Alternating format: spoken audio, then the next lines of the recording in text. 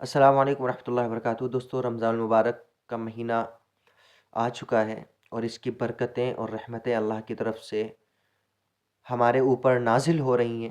اللہ تعالی ہمیں خوب خوب برکتیں سمیٹنے کی اور رحمتیں سمیٹنے کی توفیق دے۔ رمضان المبارک جب شروع ہوتا ہے، ایک بہت زیادہ بحث سامنے آتی ہے کہ حفاظ کرام کے لیے ایک مسئلہ کھڑا ہو جاتا ہے اور مساجد کی کمیٹی کے لیے ایک مسئلہ کھڑا ہو جاتا ہے کہ تراویح کے بعد پیسے جو لیے جاتے ہیں وہ جائز یا ناجائز۔ اس میں بہت سارے مسائل کھڑے ہو جاتے ہیں، بہت ساری باتیں ہیں۔ میں مختصراً عرض کرتا ہوں، تھوڑا توجہ دیجیے گا۔ بات ہو سکتا ہے کچھ سمجھ میں آنے والی ہو۔ کچھ لوگ مطلق جواز کی طرف چلے گئے، وہاں افراط اور تفریط کا مسئلہ ہے۔ کچھ لوگ بالکل ہی حرام کی طرف چلے گئے کہ بالکل لینا ہی جائز نہیں ہے، وہاں بھی تھوڑا مسئلہ کھڑا ہو گیا۔ کچھ لوگوں نے جواز کی یہ صورت نکالی کہ امام صاحب کو، یعنی تراویح پڑھانے والے حفاظ کرام کو امامت سپرد کر دی جائے اور پھر ان کو پیسہ دے دیا جائے، تو یہ جواز کی صورت ہے۔ اس طرح بہت ساری چیزیں سامنے آئیں۔ اب جو جواز کی طرف گئے ہیں ان کے اپنے دلائل ہیں، جو عدم جواز کی طرف گئے ان کے اپنے دلائل ہیں، لیکن بات دراصل یہ ہے کہ ایک طرف قرآن ہے اور ایک طرف رمضان ہے، اور ایک طرف حرام ہے حلال ہے۔ یہ چند چیزیں ہیں جو یہ ٹرمز جو ہیں یہ پریشان کرتی ہیں لوگوں کو، علماء کو اور عوام کو۔ اب دیکھیں، اس میں ہمیں سمجھنا کیا ہے۔ سب سے پہلے تو ہمیں یہ سمجھنا ہے کہ رمضان میں ہمیں کسی ایسے عمل کے کرنے کی ضرورت ہے جس میں شبہ ہو۔ کیا ہم رمضان میں بھی وہ اعمال کریں جس میں ثواب اور گناہ کا شک ہو؟ بالکل، کہ اس میں گناہ بھی ہو سکتا ہے، یا یہ جائز بھی ہے یا ناجائز بھی ہے، کچھ ایسے کام بھی ہیں، کیا ہم وہ کریں گے یا نہیں کریں گے؟ تو ایک چیز اس کو ذہن میں رکھنا ہے۔ دیکھیں، جن لوگوں نے جواز کا پہلو اختیار کیا وہ چند احادیث ہیں جن کے بیس پر وہ کرتے ہیں، لیکن وہ احادیث قرآن پر اجرت کے جواز کے لیے کافی نہیں ہیں۔ قرأت قرآن الگ چیز ہے اور تعلیم قرآن الگ چیز ہے۔ تعلیم قرآن پر تو علماء کا اتفاق ہے اس وقت کہ اجرت لینا جائز ہے، لیکن قرآن پڑھ کر اگر آپ کہیں سنا رہے ہیں تو اس پر پیسے لینے میں قباحت ہے، کراہت ہے، یا جائز ہے، یا حرام تک کی بات ہے؟ کیا بات ہے؟ مسئلہ کیا ہے اصل؟ توجہ سے سنیے گا۔ دیکھیں، جو لوگ جواز کی طرف جاتے ہیں وہ عام طور سے مفتی ظفر علی خان صاحب کا ویڈیو چلا دیتے ہیں، رمضان سے پہلے اپنے اسٹیٹس پہ لگا دیتے تاکہ ہمیں جواز، کیونکہ ہم لینا چاہ رہے ہیں، ہماری نیت میں ہے کہ ہم پیسے لیں گے، تو ہم وہ لگا دیتے ہیں۔ اور مفتی ظفر علی خان صاحب بہت بڑے عالم ہیں، اللہ ان کی قبر کو نور سے منور فرمائے، لیکن جمہور سے ہٹ کر کے مسئلے کو کبھی فالو نہیں کرنا چاہیے، وہ ان کا اپنا تفرد ہے۔ جمہوری مسلک کو ہمیشہ اختیار کرنا چاہیے۔ حدیث میں آتا من شذ شذ فی النار، جو جمہور سے یا جو عوام الناس سے، جو عامۃ المسلمین کی جماعت سے ہٹے گا نا، وہ اس کے لیے خطرہ بہت بڑھ جاتا ہے۔ حدیث کا ترجمہ نہیں کر رہا ہوں، اپنی اصطلاح میں بتا رہا ہوں۔ بہرحال، تو مفتی ظفر علی خان صاحب اپنی جگہ، ان کے دلائل اپنی جگہ، لیکن جمہور کا مسلک یہ ہے کہ تراویح پر اجرت لینا جائز نہیں ہے۔ تو پھر جواز کا پہلو کیا نکالا جائے؟ یہ جو میں نے آپ کو ایک پہلو بتایا تھا کہ علماء نے یہ لکھا یا فتویٰ دیا کہ امام صاحب کو کوئی نماز یا ان کو امامت متعین کر دی جائے کہ آپ امامت بھی کریں گے، تراویح اس کے ضمن میں آئے گی، آپ کو جو پیسے دیے جائیں گے وہ امامت کے دیے جائیں گے۔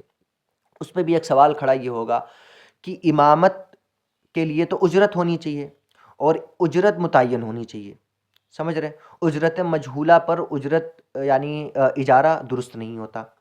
تو یا تو پھر آپ اگر شرط یہ لگاتے ہیں کہ وہ نماز پڑھائیں، امامت کرائیں تو پیسے کا جواز ہے، تو پھر وہ اجرت بھی متعین ہونی چاہیے کہ امامت کتنی ان کو دی جائے گی، وہ کہیں بھی نہیں ہوتا۔ تو ظاہر یہ تعویل کوئی بہت اچھی تعویل نہیں ہے۔ اب میں جو بات عرض کرنے جا رہا ہوں، بہتر اس کی بات یہ ہے کہ حفاظ کرام کے لیے ضروری ہے کہ اپنے ذہنوں میں اس کی اجرت کا تصور نہ لائیں، کیونکہ اللہ فیصلے جو ہے نیت پر کرتا ہے اور فتوے جو ہے ظاہر پر ہوتے ہیں، یہ یاد رکھیے گا۔ تو آپ کی نیت کیا ہے وہ اللہ بہتر جانتا ہے، لیکن فتویٰ یہ رہے گا۔ دیکھیں، تراویح سنانے والے کے لیے پیسے لینا جائز ہے یا نہیں، وہ مسئلہ ہی الگ ہے۔ تراویح سنانے کے پیسے لینا جائز ہی نہیں ہے، قرآن سنانے کے پیسے لینا جائز ہی نہیں ہے۔ ہاں، حفاظ کے لیے پیسے لینا جائز ہے یا نہیں، وہ ایک الگ بحث ہے، اس پہ میں آتا ہوں، ٹھیک ہے؟ مسئلہ کیا ہے ذرا دھیان سے سنیے گا۔ اس سال میں نے جب اسٹڈی کی افتاء کے اندر اس چیز کی، میرے استاذ محترم نے اس میں میری رہنمائی فرمائی، مفتی عمران صاحب گنگوہی دامت برکاتہم العالیہ، اللہ تعالیٰ ان کو اجر عظیم عطا فرمائے کہ اس گتھی کو انہوں نے سلجھایا ہم لوگوں کے سامنے، جو افتاء کے جتنے ساتھی تھے۔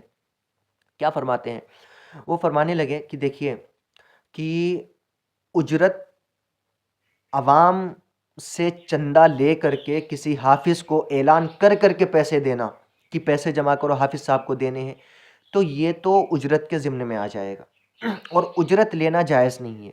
وہ اس طریقے پر ظاہر ہے جب آپ چندہ کریں گے تو اس میں لوگ خوش دلی سے، آدھے لوگ کچھ دے رہے ہیں، کچھ نہیں دینا چاہتے، تو لوگوں کے پریشر کی وجہ سے کہ لوگ دیکھیں گے کہ اس نے نہیں دیے پیسے تو ہمیں کہا جائے گا، اس وجہ سے دیتے ہیں۔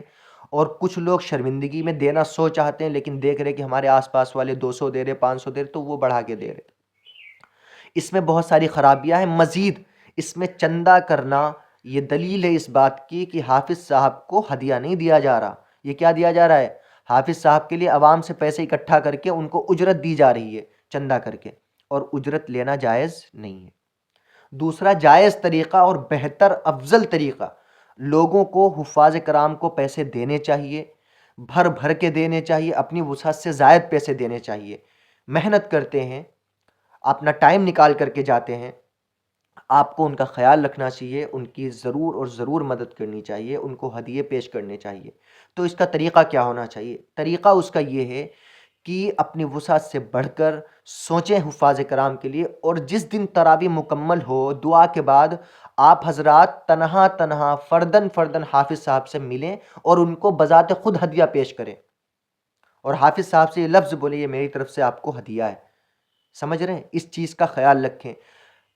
اجتماعی طور پر چندہ کر کے حافظ صاحب کا پیسے لینا بھی ناجائز ہے، اور حافظ صاحب کو اس طرح پیسے دینا بھی ناجائز ہے۔ یہ دونوں چیزیں خیال رکھیے گا، لینے والا بھی اللہ کی گرفت میں آ سکتا ہے، اور اس طرح پیسے دینے والا بھی اللہ کی گرفت میں آ سکتا ہے۔ قرآن کی بڑی توہین ہے، یہ قرآن کے ساتھ بھدا مذاق ہے، یہ اللہ کی کتاب کے ساتھ ایک بہت بڑا کھیل ہے جو ہم ہر رمضان میں کھیلتے ہیں۔ یہ بہت بڑی بے عزتی اور بہت بڑی ہماری یہ بے غیرتی ہے کہ ہم قرآن سنانے کے پیسے دیتے ہیں۔ اللہ کے رسول علیہ الصلوۃ والسلام نے اس سے منع فرمایا۔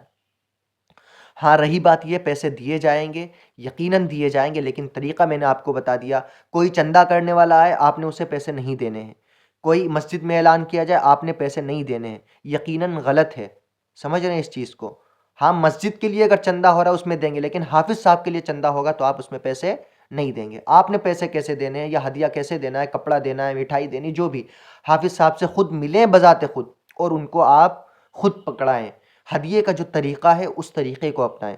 آپ جب چندہ کر کے حافظ صاحب کو اعلان کر کر کے پیسے دیں گے، وہ اجرت میں آ جائے گا، اور اجرت لینا بہر صورت جائز نہیں ہے قرآن سنانے کے اوپر۔ امید ہے بات سمجھ آ گئی ہوگی۔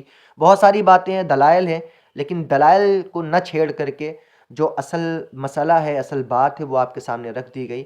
امید ہے کہ ہم سب اس پر عمل کریں گے، قرآن کی توہین ہونے سے ہم سب بچائیں گے، اور ہماری ذمہ داری ہے کہ اللہ کے کلام کو اللہ کے کلام کی طرح ہم دیکھیں، اس کا جو حق ہے ہم اس کے حق کو ادا کریں۔ تو یہ حافظ صاحب کو اجرت دے کر کے قرآن کی توہین ہرگز نہ کریں۔ آپ کو دینا ہے، آپ تنہا دیں، اکیلے دیں، جو دیں کسی کو نہیں پتہ ہونا چاہیے کہ آپ نے اسے کیا دیا ہے۔ بات سمجھ گئے؟ اللہ تعالی ہم سب کو عمل کی توفیق عطا فرمائے۔ وآخر دعوانا ان الحمد للہ رب العالمین۔